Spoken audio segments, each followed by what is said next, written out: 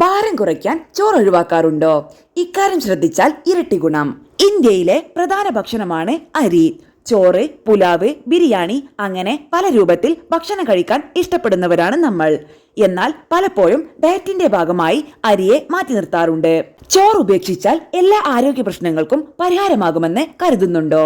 വൈറ്റമിനുകളും anti ഓക്സിഡന്റുകളും ധാരാളം അടങ്ങിയിട്ടുള്ള ചോറ് ഒഴിവാക്കേണ്ട കാര്യമില്ലെന്ന് പുതിയ പഠനം. ശരിയായ രീതിയിൽ ചോറ് പാകം ചെയ്താൽ മാത്രം മതി. എന്നാൽ അരി എങ്ങനെ ശരിയായി വേവിക്കണം എന്ന കാര്യത്തിൽ പലപ്പോഴും പലർക്കും പല അഭിപ്രായമായിരിക്കും. പോഷകങ്ങൾ നഷ്ടപ്പെടാതിരിക്കാൻ ചില കാര്യങ്ങൾ ശ്രദ്ധിക്കണം. ധാരാളം വെള്ളത്തിൽ അരി തിളപ്പിച്ച് വേവിച്ച ശേഷം വെള്ളം അരിച്ചു മാറ്റുന്ന രീതിയാണ് കേരളത്തിൽ കൂടുതലായുമുള്ളത്.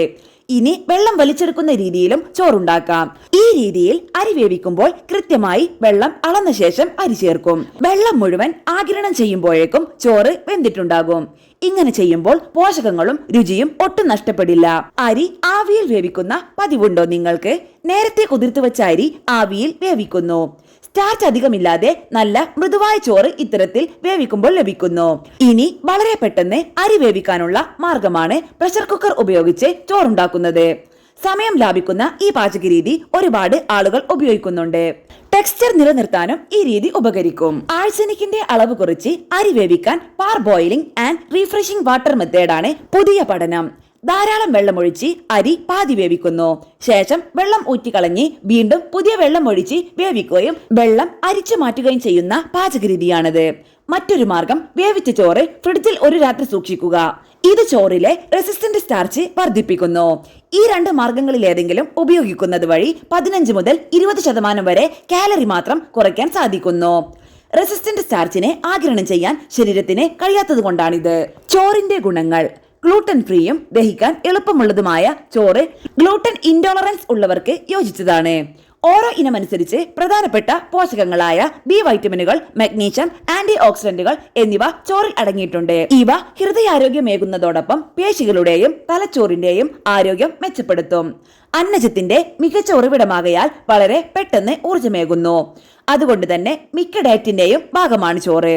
ബ്രൗൺ റൈസ്, റെഡ് റൈസ് തുടങ്ങിയ മുഴുധാന്യ അരികളിൽ നാരുകൾ ധാരാളം അടങ്ങിയിട്ടുണ്ട്. ദഹനത്തിന് സഹായിക്കുന്നതോടൊപ്പം ഹൃദയാരോഗ്യവും ഏകുന്നു. ദഹിക്കാൻ എളുപ്പമായതിനാൽ ചോറിനൊപ്പം പച്ചക്കറികളും പ്രോട്ടീനും പയർവർഗ്ഗങ്ങളും കഴിക്കാം. പ്രമേഹ രോഗികൾക്ക് അത്ര നല്ലതല്ലാത്തതിനാൽ മിതമായ അളവിൽ ചോറ് കഴിക്കുന്നതാണ് നല്ലത്. ആന്റി ഓക്സിഡന്റുകളും വൈറ്റമിനുകളും അടങ്ങിയതിനാൽ കഞ്ഞിവെള്ളവും അരിയുടെ തവിടും ചർമ്മത്തിന്റെ ആരോഗ്യം മെച്ചപ്പെടുത്തും. ചോറിൽ ബി വൈറ്റമിനുകളും അയൺ, സിങ്ക് എന്നിവയുമുണ്ട്. ഇവ ഉപാപചയ പ്രവർത്തനവും രോഗപ്രതിരോധ ശക്തിയും വർദ്ധിപ്പിക്കും. പാതി വേവിക്കുന്ന രീതി ഉപയോഗിക്കുമ്പോൾ വിദഗ്ധരുടെ അഭിപ്രായത്തിൽ അരി പാതി വേവിച്ച് വെള്ളം ഊറ്റിക്കളഞ്ഞ ശേഷം വീണ്ടും പുതിയ വെള്ളം ചേർത്ത് അരി വേവിച്ച് മാറ്റുന്ന മാർഗമാണ് നല്ലത്. അത് ആഴ്സനിക്കിന്റെ അളവ് 50% കുറയ്ക്കാൻ സഹായിക്കുന്നു. ഭൂഗർഭജലത്തിലടങ്ങിയ ആഴ്സനിക് മിക്ക വിളകളിലും ഉണ്ട്. എന്നാൽ അരിയിൽ ഇത് വളരെ വേഗം അടിഞ്ഞുകൂടുമെന്നത് ആശങ്ക ജനിപ്പിക്കുന്നു. അരി വേവിക്കുന്നതിന്റെ ശാസ്ത്രീയ വശം ഒരു പഠനം വ്യക്തമാക്കുന്നു. ധാരാളം വെള്ളത്തിൽ അരി വേവിക്കുന്നത് ആഴ്സനിക്കിന്റെ അളവ് കുറയ്ക്കുന്നു. എന്നാൽ ചില അവശ്യ വസ്തുക്കളുടെ കുറവും ഇത്തരത്തിൽ വേവിക്കുമ്പോൾ ഉണ്ടാകുന്നു. ഉദാഹരണമായി മൈക്രോ ന്യൂട്രിയന്റുകളുടെ അഭാവത്തിന് ഈ രീതി കാരണമാകും. ഇത് കുട്ടികളിലും ഗർഭിണികളിലും പ്രായമായവരിലും പരിണിത ഫലങ്ങൾ ഉണ്ടാക്കും. അരിയുടെ ഇനവും പാകത്തിനെടുക്കുന്ന സമയവും രക്തത്തിലെ പഞ്ചസാരയുടെ അളവ് നിയന്ത്രിക്കുന്നതിൽ പ്രധാനമാണെന്ന് പഠനം പറയുന്നു. പ്രത്യേകിച്ച് പ്രമേഹമുള്ളവർ ഈ കാര്യങ്ങൾ ശ്രദ്ധിക്കണം. വളരെ കുറച്ച് സമയം കൊണ്ട് അരി വേവുന്നത് കുറഞ്ഞ ഗ്ലൈസമിക് ഇൻഡെക്സ് നിലനിർത്താനും സഹായിക്കും.